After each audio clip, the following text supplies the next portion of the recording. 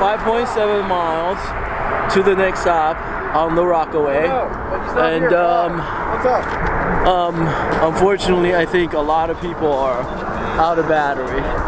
So this is the story of how I found myself stuck on the side of a highway in the cold darkness of the winter night, surrounded by the choppy water of Jamaica Bay and fellow NYC Eboarding crew with nothing but dead batteries and the twinkling lights of the city far off in the distance.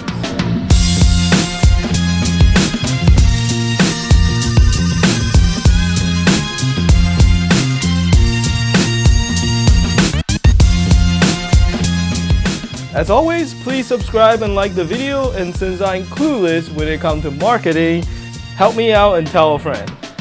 We have to start a day earlier. I was heading back to Queens on my MP3 scooter for a hot pot dinner with friends. It was below freezing and I really shouldn't be out on the bike, but the convenience of being able to make it back home in just 30 minutes was a little bit too tempting. So I had planned on participating in the New York City Eboarding crew's Winter Warrior ride the next day and figured that this would be a good dry run for my cold weather riding gear. And it was on our way back when we were nearly home when it happened.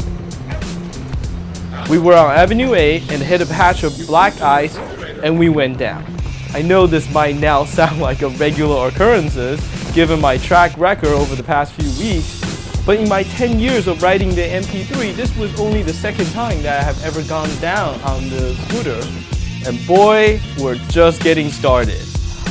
The Winter Warrior Ride is an annual event that the New York City Eboarding Group organizes each winter. The 60 miles route stretches across all 5 New York City boroughs and is supposed to take about 12 hours to complete.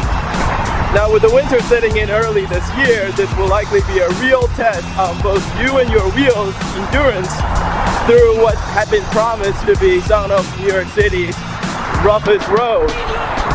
So if that doesn't get you excited to get out of the house, I don't know what will. The starting point for the ride is all the way up north in Bronx. I figured it was best to conserve my battery and took the 6th train up. 21 stops later, and I didn't even know there were that many stops on the line. We arrived at the borough best known as the birthplace of hip-hop. Cue the beats.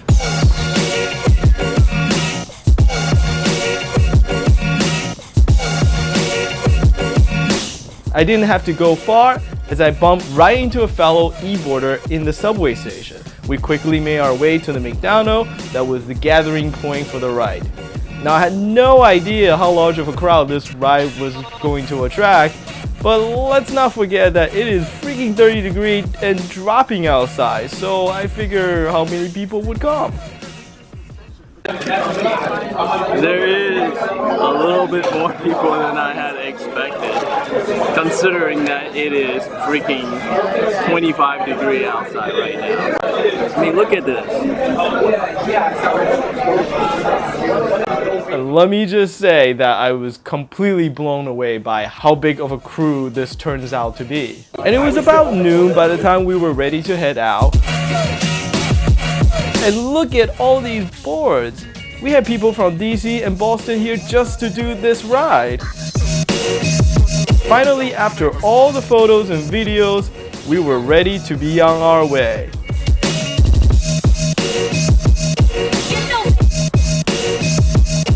Now I rarely come up to Bronx, and it always seems to be full of surprises, from the authentic Little Italy to the random street fair, and just a mix of different culture packed closely together. Now since Brooklyn and Queens are both getting gentrified and expensive, Bronx is sort of the last frontier for people who can't afford $1-million condos, but seeing how cleaned up everywhere is getting, we might already be too late to the party. The group slowly stretched out as we continue south, with the news that a few had already fallen and called it quits. As promised, this was not going to be no cakewalk. However, the sun was still shining as we crossed over onto Randall's Island, where we prepared to make our first stop. We made it to Rendo's Island, but this is not the final stop. I think we're gonna keep going for a little bit more, just gathering all the groups. Made it through Bronx really quick. It's a nice day, except it's freaking cold. There will be 8 stops altogether, and they'll alternate between quick battery swap stops and 4 hour-and-a-half recharge stop, which allow to kind of take a longer break. And since we're taking a break, perfect time for my weekly obsession. And that is staying warm. Now, this is a topic that can fill entire hour-long discussions. However, I think everyone is familiar with the basics of layering. Too much, you lose flexibility. Too little, and you're freezing. On long rides like this, you need to be comfortable even when you're resting, and that could be outside. Also, bring a thick hat. It's nice to be able to rest and take off your helmet without being cold. 2 more components, and that is wind and abrasion resistant. I see people wearing snowboarding jacket. That is not going to protect you against, any sort of fall on straight up asphalt. Get a motorcycle jacket. That is what they're designed for. I love my Dainese, I think that's how you say that word, Gore-Tex jacket. It is waterproof and breathable to the point where I would actually feel unreasonably chill given how thick this jacket look. I complement that with a goose down inner layer. Now the jacket actually comes with a down liner. However, I prefer this since I can actually wear this without the jacket also. Last thing is gloves. Now, I use these convertible mittens. They do keep me warm and still allow me to operate the cameras and my phone. However, these do not accommodate my wrist guard, so I'm still looking. Let me know if you have any suggestion. The next leg of the ride comes across the Triborough Bridge and into Queens, my home turf.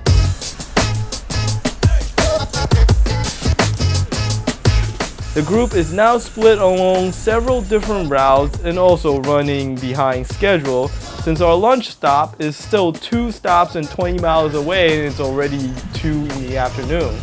We rode through Astoria, the old Greek neighborhood at the foot of the bridge, and Jackson Heights, where more varieties of languages are spoken than anywhere else in the world.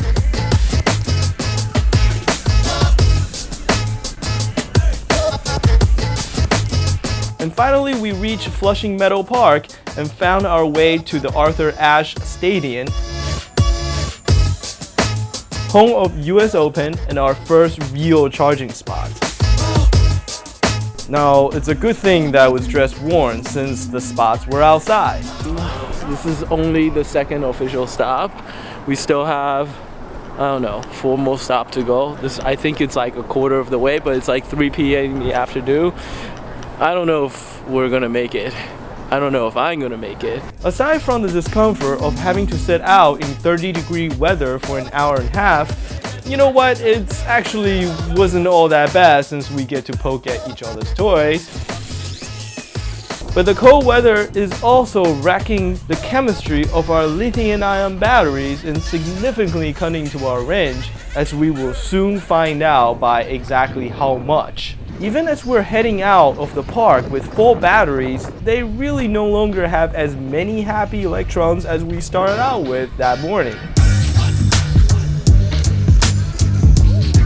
With the sun starting to set and everyone yet to even have lunch, the group began to splinter, with the stress of low battery warning starting to peel the riders off the group one by one. More people fell, and while we were scrambling up a high-speed overpass, a fellow uni rider on a Monster suffered a cutout and wiped out. And the mood noticeably darkened as more and more boards slowed to conserve their power while the miles continued to pile on.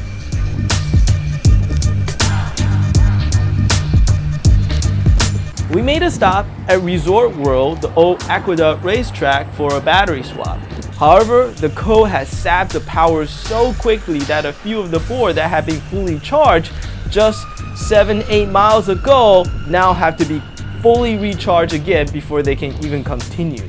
The group split again, with those whom had to charge staying and those hungry, including me taking off to push for the next stop 7 miles away in Long Beach. Given how low everyone's batteries were, it was likely a decision influenced by our starved and frozen brains.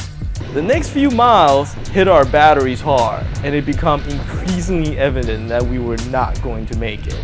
And as we head further and further out towards the beach, the temperature continues to drop.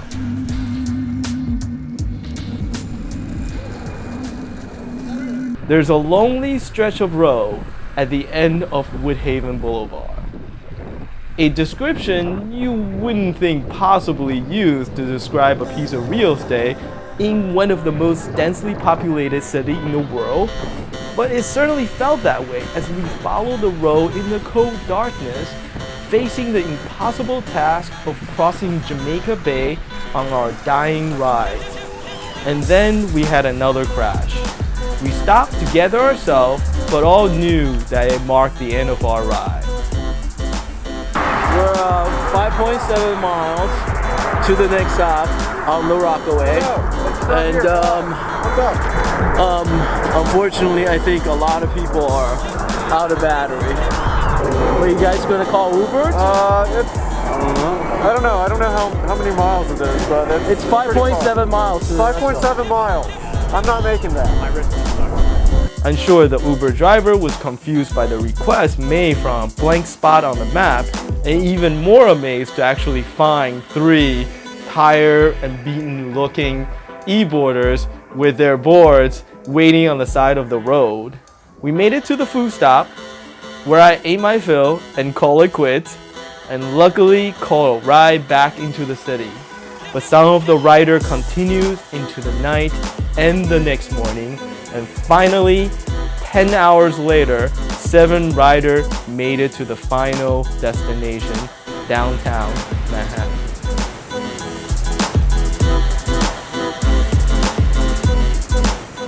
So what have we learned after this miserable, messy, ill-planned, and for those who fell and hurt themselves, no doubt painful and expensive ride?